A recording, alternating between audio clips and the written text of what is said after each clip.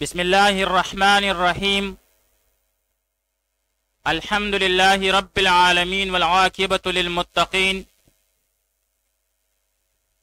والصلاة والسلام علی خیر خلقہ محمد وآلہ واصحابہ اجمعین۔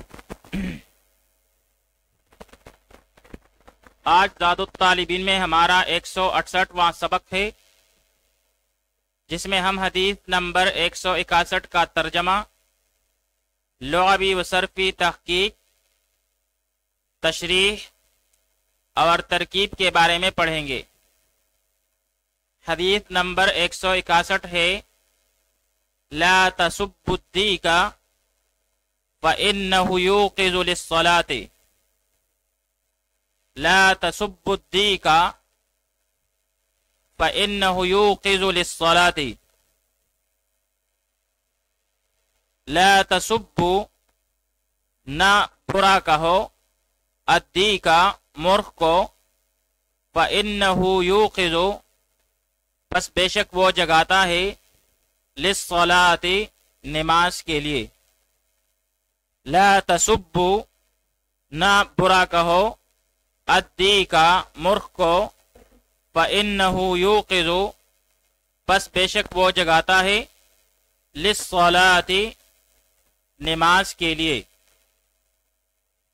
اب یہاں پر لا تسبوا، سیاہ جمع مذکر حاضر، پہلے نہیں حاضر معلوم، اسباب نصر ینصرو، جیسے سب یسب سبا، بمعنی سخت گالی دینا۔ الدیک بمعنی مرغ، اور جمع اس کی دیوکن، ادیاکن اور دیکتن آتی ہے۔ یوقظ صیغہ واحد مذکر غائب، پہلے مضارع معلوم، اسباب افعال، جیسے اوقظ یوقظ ایقاظا، بمعنی بیدار کرنا، جگانا۔ آئیے اب اس حدیث شریف کی تشریح پڑھ لیتے ہیں۔ اس حدیث میں مرغ کو برا بلا کہنے سے منع فرمایا گیا ہے، کیونکہ وہ نماز کے لیے انسان کو بیدار کرتا ہے اور اسے خواب غفلت سے جگاتا ہے تاکہ اللہ کے حضور سر بسجود ہو جائے۔ پھر نماز سے کون سی نماز مراد ہے؟ تو بعض علماء کرام فرماتے ہیں کہ اس سے تہجد کی نماز مراد ہے، اور پھر وہ اپنی تائید میں یہ روایت پیش کرتے ہیں جس میں آتا ہے کہ آپ صلی اللہ علیہ وآلہ وسلم تہجد میں اس وقت اٹھتے تھے جبکہ مرغ بانگ دے رہا ہوتا تھا۔ بعض علماء فرماتے ہیں کہ اس سے مراد نماز فجر ہے، تو اس صورت میں مطلب یہ ہوگا کہ وہ اپنی بانگ سے یہ اطلاع کر رہا ہے کہ فجر کا وقت قریب ہو گیا ہے۔ کسی کو برا کہنا تو ویسے بھی درست نہیں ہے، لیکن خاص طور پر مرغ کے متعلق اس لیے حکم دیا کہ اس کی صفت یہ ہے کہ یہ نماز کے لیے جگاتا ہے۔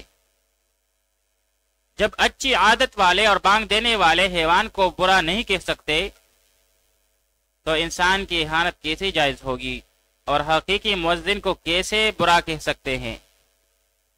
پھر مؤذن بھی نماز کے لیے بیدار کرتا ہے، اسے برا بلا کہنا کیسے درست ہوگا؟ مرغ نماز کے لیے بیدار کرتا ہے، اسی وجہ سے صحابہ کرام رضی اللہ عنہم سفر میں مرغ کو ساتھ رکھتے تھے تاکہ اوقات نماز معلوم رہیں۔ علماء فرماتے ہیں نبی کریم صلی اللہ علیہ وآلہ وسلم کے پاس بھی ایک سفید مرغ تھا۔ طبرانی میں مرفوعاً روایت ہے کہ اللہ نے ایک سفید مرغ پیدا کیا ہے جس کے دونوں پر مزین کیے گئے ہیں سرخ اور سبز پتھروں سے اور موتیوں سے۔ اس مرغ کا ایک پر مشرق میں اور ایک مغرب میں ہے، اور اس کا سر عرش کے نیچے ہے اور اس کے پاؤں ہوا میں ہیں۔ وہ اذان دیتا ہے ہر سحری کے وقت، پس سنتے ہیں اس کی آواز زمین والے اور آسمان والے سوائے ثقلین کے، یعنی جن اور انس کے۔ بس اس وقت تمام زمین کے مرغے اس کی آواز سن کر جواب دیتے ہیں۔ بس جب قیامت قریب ہوگی تو اللہ تعالیٰ فرمائے گا مرغ کو کہ اپنے پر سمیٹ لے اور اپنی آواز روک لے، تو سب آسمان و زمین والے سوائے ثقلین کے جان لیں گے کہ قیامت قریب ہے۔ آئیے اب اس حدیث شریف کی ترکیب پڑھ لیتے ہیں۔ لا تصبو پہلے نہیں حاضر، اور اس میں واو ضمیر بارز اس کا فاعل، پھر آگے جا کر ادی کا منصوب بالفتح لفظاً ہو کے مفعول بھی، پھر فعل اپنے فاعل اور مفعول بھی کے ساتھ مل کر جملہ فعلیہ انشائیہ ہو کر معلل، اور آگے اس کے لیے تعلیل ہے، اور یہاں پر فا جو ہے یہ تعلیلیہ ہے۔ پھر آگے جا کر انا حرف از حروف مشبہ بالفعل، ہو ضمیر منصوب متصل منصوب محلن ہو کے یہ اسم ہوا انا کے لیے۔ پھر آگے جا کر یوقظو پہلے مضارع، اور اس میں ہوا ضمیر مستتر جائز الاستتار اس کا فاعل۔ پھر آگے جا کر للصلاۃ جار مجرور مل کر یہ متعلق ہوا یوقظو فعل کے ساتھ، پھر فعل اپنے فاعل اور متعلق کے ساتھ مل کر جملہ فعلیہ خبریہ ہو کر انا کے لیے خبر ہوا، پھر انا اپنے اسم اور خبر کے ساتھ مل کر جملہ اسمیہ خبریہ ہو کر معلل یعنی تعلیل، پھر معلل اور معلل مل کر جملہ فعلیہ انشائیہ نہیہ تعلیلیہ ہوا۔